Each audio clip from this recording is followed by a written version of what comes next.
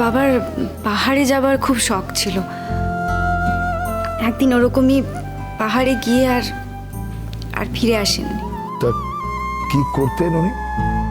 বাবা বাবা স্কুলে পড়াতেন। তার মানে উনি লেখাপড়া জানতেন তো?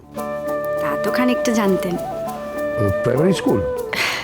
না না, আমার বাবা হাই স্কুলে পড়াতেন। আমার বাবা তো একজন স্কলার ছিলেন। কলকাতার সব থেকে নামি কলেজে পড়াশোনা করে, মানে যে কলেজে আপনার ছেলে এখন পড়ান, ওই কলেজ থেকে বাবা পাশ করেছেন। তারপর বাবা এমএ পাশ করেন, তারপর গবেষণাও করছিলেন। বাহ! এত কিছু করার পরেও গায়ে স্কুলে পড়াতে গেলেন?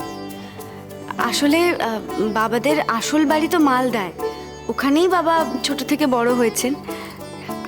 আর আমি শুনেছি যে বাবা দাদুভাইকে কথা দিয়েছিলেন, মানে দাদুভাই চেয়েছিলেন যে তুমি যত শিক্ষাই অর্জন করো, যত বড়ই হও, তুমি যেখানে জন্মেছো সেইখানে এসে তোমাকে শিক্ষকতা করতে হবে।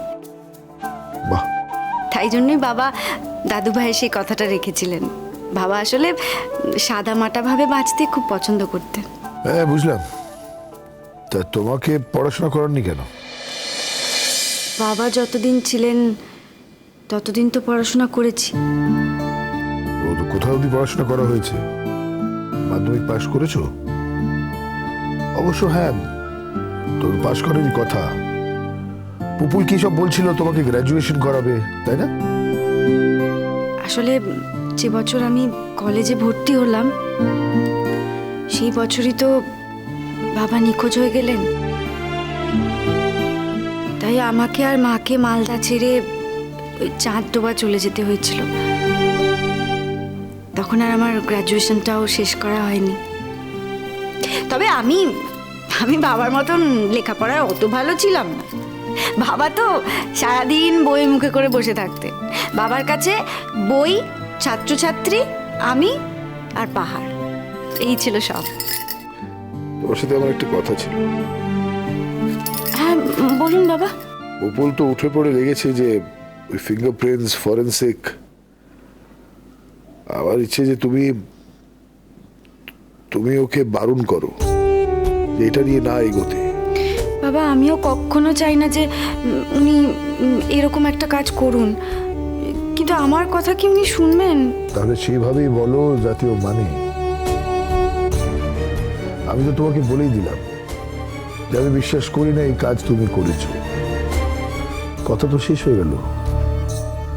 আর এই কথাটা তোমাকে বুঝতে হবে যে এই ফ্যামিলির লোকেরা তোমাকে ঠিক মানতে পারেনি পুপুলের বউ হিসেবে। তাই ওরা তোমাকে প্যাচে ফেলার চেষ্টা করেছে যাতে ভয় পেয়ে তুমি চলে যাও। এই বাড়ির কোনো লোক এই কাজটা করেছে, কিন্তু এটা নিয়ে যদি জল ঘোলা হয়, বুঝতেই তো পারছো এই বাড়ির একটা প্রেস্টিজ, মান সম্মান, শেষকালে কাগজে যদি এটা বেরোয়, এই পরিবারের মান সম্মান সবটাই চলে যাবে। এই বাড়ির সম্মান রাখার জন্য সারা জীবনই তো লড়ে গেছি আমি। এই বাড়ি ছেড়ে তাই জন্য কোথাও যাইনি আমি। এ বাড়ির সম্মান রক্ষা করার জন্য আরও একজন মানুষ একইভাবে লড়াই করে গেছেন বাবা। এই কথাটা আপনি মানেন তো? আমি মামুনির কথাই বলছি। আর আমি জানি আপনি অন্তরে ঠিকই মানেন। মামুনি চাইলে তার বঞ্চনার বিরুদ্ধে অনেক কিছু করতে পারত, কিন্তু শুধু এই বাড়ির কথা ভেবে, এই বাড়ির সম্মানের কথা ভেবে মামুনি কোনোদিন কিচ্ছু করেনি। মামুনি নিজের সম্মানকে বিসর্জন দিয়েছে। আর এই শেষ বেলাতেও নিঃশব্দে নিজেকে সরিয়ে নিল, শুধু আপনাদের সম্মান রক্ষার জন্য, আপনাদের শান্তির জন্য। বাবা আপনি যেন রাগ করবেন না এই কথাগুলো বললাম বলে। মানে আপনি বাড়ির সম্মান রক্ষার কথা বললেন তো, তাই এই কথাগুলো না বলে পারলাম না। তুমি কি রাধাকে খুব ভালোবাসো? অমন মানুষকে কে না ভালোবাসে বাবা? আমার তো মনে হয় সকলেই ভালোবাসে। এই কথাটা নিয়ে তোমাকে বললাম সেটা নিয়ে একটু ভেবো। ফিঙ্গারপ্রিন্ট এক্সপার্ট যখন আসবে, ফরেন্সিক রিপোর্টে হয়তো তোমার হাতে ছাপ পাবে না ওরা, তাতে হয়তো তুমি খুশি হবে। কিন্তু আমার মাথা কাটা যাবে, আবার পরিবারের সম্মান চলে যাবে, এটা নিয়ে একটু ভেবো। সুযোগটা পেয়ে প্রতিশোধ দেবে কি নেবে না তুমি ভেবে দেখো। কি বলছেন বাবা? প্রতিশোধ নেওয়ার কথা আমার আমার মনে কোনোদিন ঠাঁই পায়নি বাবা। আর তাছাড়া নিজের মানুষদের সাথে আবার আবার প্রতিশোধ কি? না মানে আমি হয়তো আপনাদের নিজের মানুষ নই,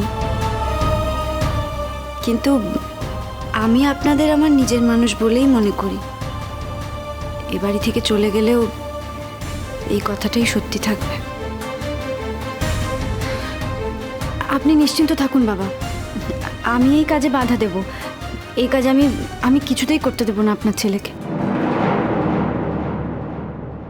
ইনিয়ে বিনিয়ে নানা কথা বলে দেবজিৎকে মেয়েটা পটাচ্ছে। কি সাংঘাতিক বিষ বাবা! এত চেষ্টা করছি তবু এখান থেকে তাড়াতে পারছি না। দাঁড়াও না, কতবার আর ফেল করব? একবার না একবার ঠিক এমন ফাঁদে ফেলবো না, বাপ বাপ বলে বাড়ি ছেড়ে বেরোবে। তো বাবা বাবা বলা পীড়িত করা পার করছি তোমার। কাজটা যদি তুমি করতে পারো, আমি চিরকালের জন্য তোমার কাছে কৃতজ্ঞ থাকবো। জি বাবা, আপনি আপনি এরকম ভাবে বলবেন না, এই কথাটা বলবেন না। আপনি তো আমায় আদেশ করবেন। আচ্ছা এসব বাদ দিন, আপনি এখন বলুন তো আপনি কি খাবেন, মানে কি আনবো আপনার জন্য? আমার আসলে কিছু খেতে ইচ্ছে করছে না। বাবা তাহলে শরীরটা যদি এতটাই খারাপ লাগছে, ডাক্তারের কাছে কেন যাচ্ছেন না? ওসব আর ইচ্ছে করে না।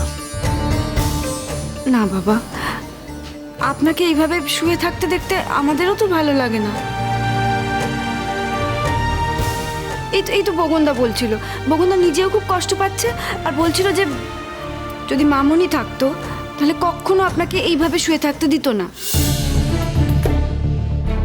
জোর করে হলেও আপনাকে ডাক্তারের কাছে পাঠাতো। যে নেই তার কথা বারবার বলে কি লাভ? আমি এখন একটু ঘুমাবো, কিচ্ছু খাবো না। সন্ধ্যেবেলা আমাকে একটা শরবত করে দিও। আচ্ছা বাবা, বাবা তাহলে আমি বরং এখন আপনার জন্য একটু ফল কেটে আনি। শোনো, আমার ঘরে ঢোকার পারমিশন তোমাকে কে দিয়েছে? এত সাহস কোত্থেকে পাচ্ছ? কে দিয়েছে পারমিশন বলো বলো। কেন মা, এই ঘরে ঢোকার অনুমতি বাবা দিয়েছেন। বাবার অনুমতি কি এই ঘরে ঢোকার জন্য যথেষ্ট নয়? কারণ এই ঘরটা তো বাবারও।